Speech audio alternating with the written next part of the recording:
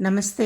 राष्ट्रभाषा शिक्षा का माध्यम कल्वी ऊडगम அதை பற்றி இப்போ பார்க்கலாம். भारतवर्ष शिक्षा क्षेत्र में आकर्षक है. இந்தியா பூரா கல்விங்கிறது ரொம்ப முன்னுக்கு போயிட்டுருக்கு வேகமாக. पुराने समय में शिक्षा गुरुकुल में ही होती है. பழைய காலத்தில் கல்வி குருகுல் அதில் தான் நடந்துச்சு. குருகுல்னா குருவை தேடி மாணவர்கள் போய் அங்கேயே தங்கி படிப்பாங்க. वहाँ अपनी मातृभाषा में शिक्षा दी जाती है. அங்கே அவங்க தாய்மொழியில் தான் கல்வி கற்றுக் கொடுத்துட்டு இருந்தாங்க. வித்யார்த்தி भी अच्छी तरह शिक्षा पाते थे. மாணவர்களும் ரொம்ப நல்லா கல்வியை கற்றுட்டு இருந்தாங்களாம். जब अंग्रेजी भारत पर शासन करते थे. ஆங்கிலேயர்கள் இந்தியாவை ரூல் பண்ணும்போது उन्होंने अपनी लाभ के लिए அவங்களுடைய ஆங்கிலேயர்கள் அவங்களுடைய லாபத்திற்காக शिक्षा का माध्यम अंग्रेजी बनाया.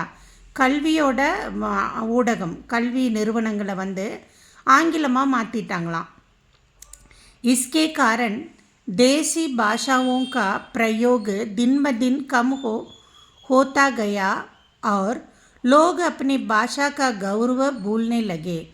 इसके कारण இதனால் ஆங்கிலத்தில் கல்வி வந்த காரணத்தினால தேசி பாஷா தாய்மொழியில் தாய்மொழியை யூஸ் பண்ணுறது தின் கம்மு ஹோத்தா கயா நாளுக்கு நாள் குறைஞ்சிக்கிட்டே போச்சான்.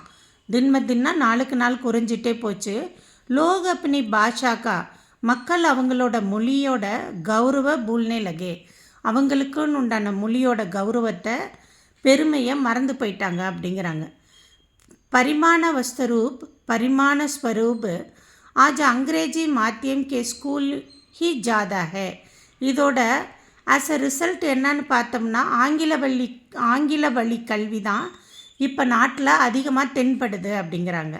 मगर सच ये है कि जब विद्यार्थियों को मातृभाषा में इतिहास विज्ञान गणित भूगोल आदि विषय सिखाए जाते हैं तब वे आसानी से उन विषयों को समझते हैं. உண்மை என்னன்னு பார்த்தோம்னா மாணவர்களுக்கு அவங்க தாய்மொழியிலேயேவும் சயின்ஸு கணிதம் கணக்கு புவியியல் இந்த விஷயங்களை கற்றுக் கொடுக்கறனால அவங்க ரொம்ப எளிமையாக கற்றுட்ருப்பாங்களாம்.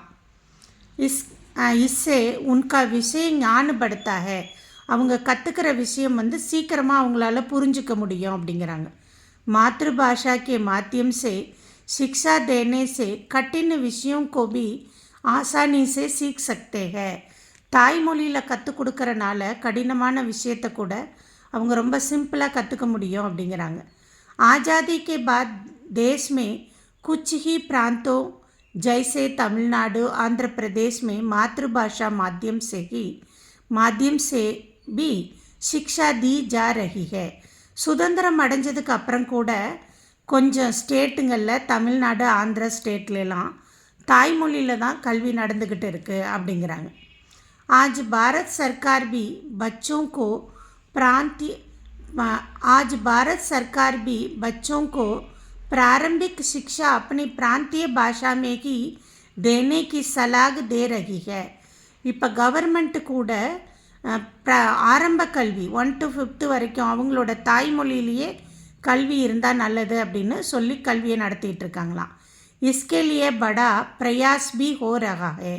இதுக்காக பெரிய முயற்சியும் கவர்மெண்ட் எடுத்துகிட்ருக்கு. इसे विद्यार्थी अच्छी तरह हर विषय में ज्ञान और उन्नति पा सकते हैं. இதிலிருந்து மாணவர்கள் நல்ல முறைப்படி கல்வியும் அறிவையும் வளர்த்துக்க முடியும் தாய்மொழியில் கல்வி இருந்துச்சுன்னா அப்படிங்கிறாங்க. All the best. நல்லா எழுதுங்க.